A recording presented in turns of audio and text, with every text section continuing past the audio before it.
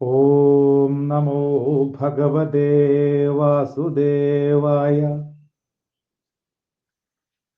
ഭഗവത്ഗീത അധ്യായം 2, സാഖ്യയോഗം, ശ്ലോകം 2. ശ്രീ ഭഗവാൻ ഉവാച, ഭഗവാൻ പറഞ്ഞു, കുതസ്ഥാകസ്മലമിദം വിഷമേ സമുപസ്ഥിതം അനാരജുഷ്ടമസ്വർഗ്യം അകീർത്തികരമർജുന. കുതസ്ഥാകസ്മലമിദം വിഷമേ സമുപസ്ഥിതം അനാരജുഷ്ടം അസ്വർഗ്യമകീർത്തികരമർജുന. നമുക്ക് 1-ാം അധ്യായത്തില് നമ്മൾ അർജുനനെ കണ്ടത് തൻ്റെ സ്വജനങ്ങളെ കൊല്ലാൻ സാധ്യമല്ല എന്ന തരത്തിൽ തൻ്റെ ആയുധങ്ങളൊക്കെ ഉപേക്ഷിച്ച് തേർത്തട്ടിൽ കരഞ്ഞു കലങ്ങി കണ്ണുകളുമായിരിക്കുന്ന അർജുനനെയാണ് കണ്ടത്. അവിടെ മമതാബന്ധം അർജുനനെ യുദ്ധത്തിൽ നിന്നും പിന്തിരിപ്പിക്കുന്നു.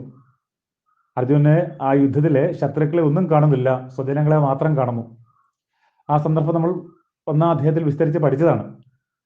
അപ്പൊ ഇങ്ങനെയിരിക്കുന്ന അർജുനോട് ഭഗവാൻ പറയാണ്, ഭഗവാൻ ഉപാച, ഭഗവാൻ പറഞ്ഞു, കുതസ്ഥ കഷ്മലമിതം വിഷമേ സമുപസ്ഥിതം അനാര്യ ജുഷ്ടം അസ്വർഗ്യം അകീർത്തികരം അർജുന. അർജുന, അല്ലയോ അർജുന. എന്താണ് അർജുന? അർജുന ശബ്ദം, അർജുൻ എന്നുള്ള ശബ്ദം പരിശുദ്ധിയുടെ പര്യായമാണ്. ശുദ്ധൻ, പൂർണ്ണ ശുദ്ധ സ്വരൂപൻ എന്നാണ് അർജുനൻ എന്നുള്ള വാക്കിന്റെ അർത്ഥം. അപ്പം എന്താണ് ഭഗവാൻ അർജുന എന്നുള്ള പദത്തിൽ തുടങ്ങിയത്? ഇവിടെ പൂർണ്ണമായ ദൈവിക സമ്പത്തിന്റെ അധികാരിയാണ്, അപ്പൊ ദൈവിക സമ്പന്നതയാണ് അർജുനന്റെ പദത്തിൽ കൂടി. അത് വേണ്ടവണ്ണമുള്ള, എത്രത്തോളം ഉണ്ടോ എത്രത്തോളം വേണമോ അത്രത്തോളം ഉള്ള ആള് തന്നെയാണ് അർജുനൻ.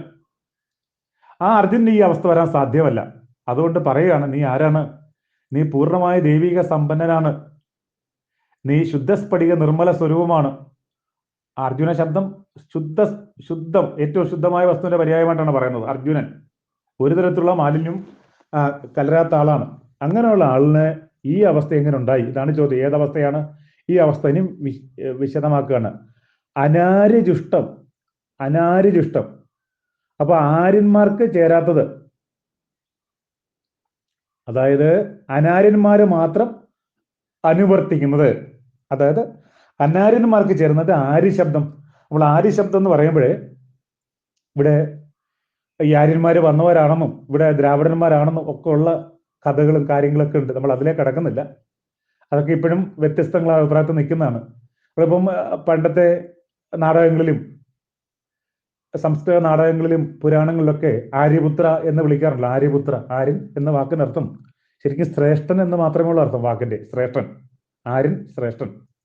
അപ്പൊ അനാര്യൻ ശ്രേഷ്ഠതയില്ലാത്ത ആള്.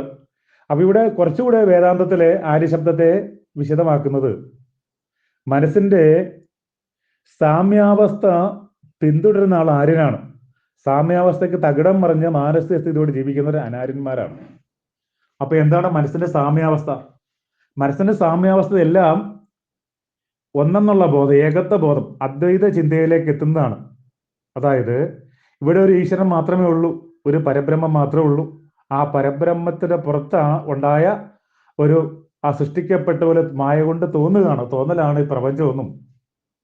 ഇവിടെ ഈ പരബ്രഹ്മത്തിന് പുറത്ത് മായ കാണുന്നത് പോലെ ഞാനെന്നുള്ള ഈ ബോധത്തിന്റെ പുറത്ത് ഞാൻ തന്നെ സൃഷ്ടിച്ച് എൻ്റെ തന്നെ പൂർവ്വ കർമ്മ ചെയ്തികൾ സൃഷ്ടിച്ചെടുക്കുന്നതാണ് എൻ്റെ ശരീരമെന്നും, അതിനകത്ത് ഞാൻ അതുകൊണ്ട് അവശ്യം അനുഭവിക്കേണ്ടത് കാര്യങ്ങൾ അനുഭവിക്കാൻ വേണ്ടി എൻ്റെ പ്രാരാബ്ധജന്യമാണ് അതൊന്നും മനസ്സിലാക്കിക്കൊണ്ട് അതിൽ എനിക്ക് സ്വധർമ്മമായി വന്നു ചേരുന്ന എല്ലാ കർമ്മങ്ങളും വേണ്ട തരത്തിൽ ചെയ്തു തീർത്ത് പോകുന്ന ആ ഒരവസ്ഥ. അതെല്ലാം അനിവാര്യമായ കർമ്മങ്ങൾ മാത്രം ആണ് എനിക്ക് ഈ ശരീരത്തിൽ നിന്ന് ചെയ്യേണ്ടി വരുന്നത്. അത് അനിവാര്യ കർമ്മങ്ങൾ, എൻ്റെ സ്വധർമ്മങ്ങളും തിരിച്ചറിയുക. എൻ്റെ സ്വധർമ്മത്തിൽ നിന്ന് പിന്തിരിഞ്ഞ് നിൽക്കരുത്.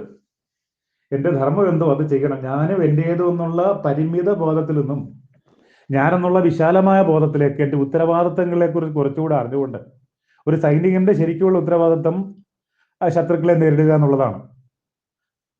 അതുപോലെ ഇവിടെ എല്ലാവിധമായ ചർച്ചകളും പരാജയപ്പെട്ട് അവസാനം ദുര്യോധനാദികളുടെ ദുഷ്ചെയ്തികൾക്ക് യുദ്ധം മാത്രം ഏക ഒരു പരിഹാരമെന്ന് മനസ്സിലാക്കിക്കൊണ്ട് യുദ്ധത്തിന്റെ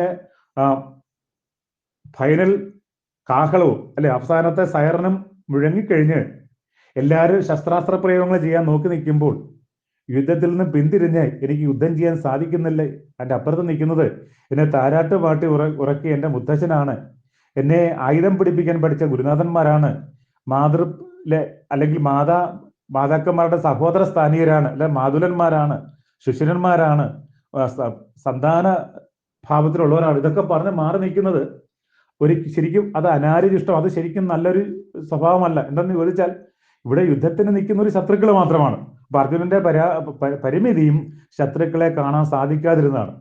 അപ്പൊ അതിനകത്ത് നമ്മൾ പറഞ്ഞു വന്നത് ആര്യൻ എന്ന് പറഞ്ഞ അർത്ഥം, ആര്യൻ സ്വധർമ്മത്തെ വേണ്ടവണ്ണം ചെയ്യുന്ന ആൾ ആര്യൻ, സ്വധർമ്മത്തെ സാഹചര്യം ഒഴിച്ച് വളച്ച് ഒടിച്ച് മാറ്റുന്ന ആൾ അത് അനാര്യനാണ്.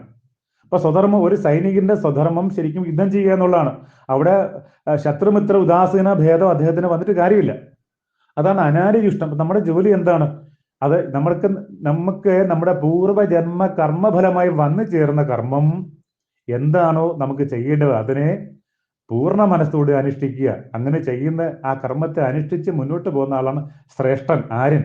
അതല്ലാതെ സന്ദർഭം അനുസരിച്ചിട്ട് പിന്മാറാനും സ്വജനപക്ഷപാതം എന്ന തരത്തിൽ, സ്വജനപക്ഷപാതം തന്നെയാണല്ലോ ഞാനും എൻ്റേത്, ഈ അവസ്ഥയിലേക്ക് വരുന്ന അവസ്ഥ, ഈ അവസ്ഥയുള്ള ആള് അനാര്യനാണ്. അതായത് ഞാനും എൻ്റെ അഹം മമകളോടുകൂടി ഇരിക്കുന്ന അവസ്ഥ, അഹം മമകൾ, അത് മനസ്സിന്റെ വിഷമാവസ്ഥയാണ്. വിഷമം എന്ന് പറഞ്ഞാൽ സമമല്ലാത്ത അവസ്ഥയാണ് വിഷമം. സങ്കടകരമായ അവസ്ഥ എന്ന അർത്ഥത്തിൽ എടുത്താൽ തെറ്റിപ്പോവും ഇവിടെ ഈ അർത്ഥത്തില്. അപ്പൊ മനസ്സിന്റെ സാമ്യാവസ്ഥ എല്ലാം സത്യസ്വരൂപമാണെന്നും എല്ലാം സത്യം, ഇവിടെ പ്രപഞ്ചത്തിൽ ഒരേ ഒരു സത്യമുള്ളതും അത് ഈശ്വരൻ മാത്രമാണെന്നും അത് തന്റെ ആത്മാവായി വർത്തിക്കുന്ന തന്റെ ഉള്ളിലിരിക്കുന്ന ആത്മാവാണെന്നും അത് തൽക്കാലമായിട്ട് ദേഹങ്ങളെ മാറി മാറി സ്വീകരിക്കുകയാണെന്നും ഓരോ ദേഹം സ്വീകരിക്കുമ്പോൾ ആ ദേഹം സ്വീകരിക്കാൻ തക്ക കർമ്മഫലത്തിന്റെ കാരണങ്ങളുണ്ടെന്നും അത് അനുവർത്തിച്ച് തീർക്കേണ്ടതാണെന്നും പ്രാരബ്ധത്തെ ചെയ്തതിനെ തീർക്കേണ്ടതാണെന്നും ഒക്കെ ബോധമുള്ള അവസ്ഥയിൽ മനസ്സിന്റെ ആ സന്തുലനമായ സ്ഥിതിക്ക് മാറ്റം ഉണ്ടാക്കാത്ത അവസ്ഥയാണ് സമാവസ്ഥ. ഈ സമാവസ്ഥയ്ക്ക് വൈഷമ്യം ഉണ്ടാകുമ്പോൾ വിഷമാവസ്ഥയാണ്. ആ വിഷമാവസ്ഥ അതാണ് വിഷമാവസ്ഥ. ആ വിഷമാവസ്ഥ അല്ലെങ്കിൽ ആ വിഷമാവസ്ഥ എന്താണ്? അപ്പം ആ വിഷമാവസ്ഥയ്ക്ക് എപ്പോഴും കാരണം ഞാനും എൻ്റേതും എന്നുള്ള അഹം മമ ബന്ധം കൊണ്ട് സത്യസ്വരൂപത്തെ മറക്കപ്പെടുന്നതാണ്. അങ്ങനെ മറക്കപ്പെടുമ്പോൾ അത് അനാര്യന് മാത്രം ചേരുന്നതാണ്. അതാണ് ഭഗവാൻ പറയുന്നത്, അല്ലയോ അർജുന, അനാര്യജിഷ്ടം സജ്ജനങ്ങളല്ലാതെ അസജ്ജനങ്ങൾക്ക് മാത്രം, അനാര്യന്മാർക്ക് മാത്രം, അവര് മാത്രം പിന്തുടരുന്നതും അകീർത്തികരമാണ്, പെരുദോഷത്തെ ഉണ്ടാക്കുമല്ലോ, അകീർത്തികരമാണ്. നേരത്തെ ഉണ്ട് അർജുനന്റെ പേര്, അർജുനൻ വില്ലാളി വീരനാണ്, വീരശൂര പരാക്രമിയാണ്, അനേകാര യുദ്ധത്തിൽ ശത്രുക്കളെ കൊന്നൊടുക്കിയവനാണ് എന്നൊക്കെ പറഞ്ഞൊരു പേര് സമൂഹത്തിൽ അർജുനന് നിലനിൽപ്പുണ്ട്. യുദ്ധത്തിൽ പിന്മാറിയാൽ എന്ത് പറയും? അർജുനനെ ഒന്നുകിൽ പറയുന്ന എന്താണ്? ദുര്യോധനാദികളെ, അവരുടെ അക്ഷോഭണിപ്പടകൾ കണ്ടപ്പോൾ, കഠിനമായ യോദ്ധാക്കളെ കണ്ടപ്പോൾ, അതായത് ഭീഷ്മ പിതാമഹൻ ഉൾപ്പെടെ അപ്രതിരോധ്യരായ യോദ്ധാക്കളെ കണ്ടപ്പോൾ അവരെ ജയിക്കാനൊക്കത്തില്ല, കർണനെ ജയിക്കാൻ സാധിക്കത്തില്ലെന്നുള്ള പരാജയ ഭീതി കൊണ്ട് ഒളിച്ചോടിയവനെന്ന് പറയും. ഒന്നുകിൽ അത് അകൃതകരമാണ്, അല്ലെങ്കിൽ പറയുന്നത് എന്താണ്?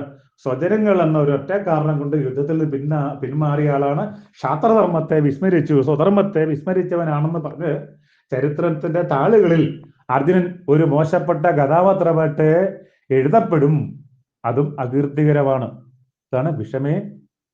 അപ്പൊ പറഞ്ഞ വാക്കുകൾ: അർജുന, അനാര്യജുഷ്ടം, അകീർത്തികരം, അസ്വർഗ്യം. അസ്വർഗ്യം എന്താണ്? പരലോക സുഖത്തെ നശിപ്പിക്കും. ഒരു ക്ഷത്രിയന്റെ ധർമ്മം എന്താണ്? ക്ഷത്രിയനെ യുദ്ധത്തിൽ ജയിച്ചാൽ അഖണ്ഡമായ സാമ്രാജ്യ ലക്ഷ്മി തന്റെ കാൽക്കീഴിൽ വരും. ഒരുപക്ഷെ യുദ്ധത്തിൽ മരിച്ചാൽ സ്വർഗപ്രാപ്തി ഉണ്ടാവും. ഇതാണ് അന്നത്തെ വിശ്വാസം. അസ്വർഗ്യം, പരലോക സുഖത്തെ നശിപ്പിക്കുന്നതുമായ വിഷമേ. ഈ വിഷമാവസ്ഥ നേരത്തെ പറഞ്ഞ വിഷമാവസ്ഥയിലെ ആ വിഷമാവസ്ഥയ്ക്ക് ഇവിടെ കാരണം ഞാനും എൻ്റേതു എന്നുള്ള ബോധത്തിൽ കൂടി തന്റെ സ്വധർമ്മത്തെ അർജുനൻ വിസ്മരിച്ചപ്പോൾ വിഷമാവസ്ഥയിൽ എത്തിച്ചേർന്നു. ആ വിഷമാവസ്ഥയിലെ ഇതം കസ്മലം, ഈ കസ്മലം മോഹം.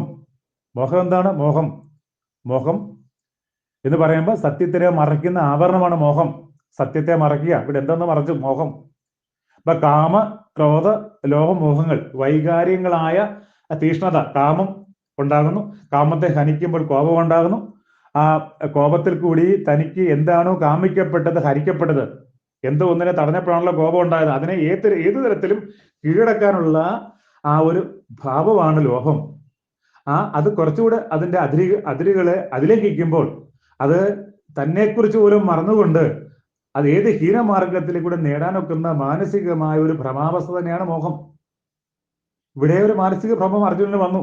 എനിക്ക് യുദ്ധമൊന്നും വേണ്ട, ശത്രുക്കളെ ആരുമില്ല, ശത്രുക്കളെ യുദ്ധത്തിൽ നേരിടേണ്ടത്.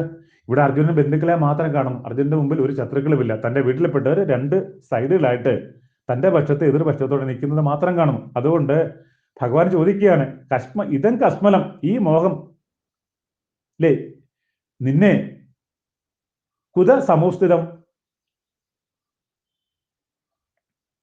അപ്പം കുതസ്തവ നിന്നെ, ഈ മോഹം നിന്നെ കുതഹ സമുസ്ഥിതം, എവിടെ നിന്ന് പിടികൂടി? നിനക്ക് ഇങ്ങനെയുള്ള സ്വഭാവം ഉണ്ടായിരുന്നോന്നല്ലല്ലോ, എവിടെ നിന്നാണ് നിനക്കിത് വന്നുകൂടിയത്? ഇതാണ് അർജുനോട് ഭഗവാൻ ചോദിക്കുന്നത്. ഇതാണ് ഇതിന്റെ സാമാന്യമായ അർത്ഥം. നമുക്കിനിയും ഉപദേശങ്ങളൊക്കെ തുടങ്ങുന്നതേ ഉള്ളൂ. അപ്പം അർത്ഥം മനസ്സിലാവുണ്ടാവും. അർജുനോട്, അർജുന, സജ്ജനങ്ങൾക്ക്, അനാര്യന്മാർക്ക് മാത്രം ചേരുന്നതും ആ കീർത്തിദോഷത്തെ ഉണ്ടാക്കുന്നതും സ്വർഗസുഖത്തെ പോലും നശിപ്പിക്കുന്നതുമായ വിഷമാവസ്ഥയിലെ ഈ മോഹം നിന്നെ എവിടുന്നാണ് പിടികൂടിയത്? നിനക്ക് എപ്രകാരം ഇത് സംഭവിച്ചു? ഇതാണ് പ്രതിപാദ്യ വിഷയം. കുതസ്ഥാകശ്മലമിതം വിഷമേ സമുപസ്ഥിതം ഹനാരജുഷ്ടമസ്വർഗ്യം അകീർത്തികരമർജുന. നമസ്തേ.